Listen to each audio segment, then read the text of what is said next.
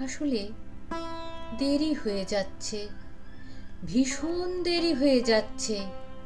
যা যা ভেবেছি করব বলে শুরু করতে পারিনি সময়ে কোনোটাই। ভেবেছিলাম একটা উপন্যাস লিখব, যার নায়ক হবে সদ্য জ্ঞান হওয়া এক নিষ্পাপ বালক। অখণ্ড সেই উপন্যাসে চরিত্রগুলি ক্রমেই বেড়ে চলবে এবং তা সেই বালককে ঘিরেই।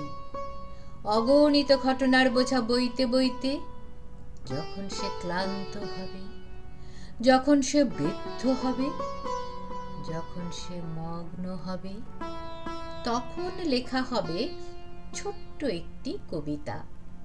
এখন সময় নয় হিসাবের, এখন জীবন নয় পথিকের, এখন এখানে শুধুই স্থিরতা। চারিদিকে তোলপাড় হয় যদি হোক, এখন এখানে শুধুই নীরবতা। এখানেই থামবে কলম। ভেবেছিলাম দূরের কোনো গ্রামে গিয়ে কাটিয়ে দেব অনির্দিষ্ট কাল।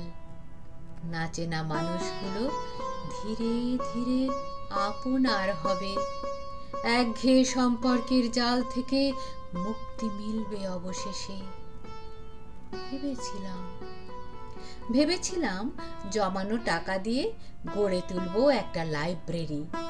সেখানে শেখাবো নীরবতার পাঠ, জানাবো, বোঝাবো, শেখাবো নীরবতাই ঈশ্বর।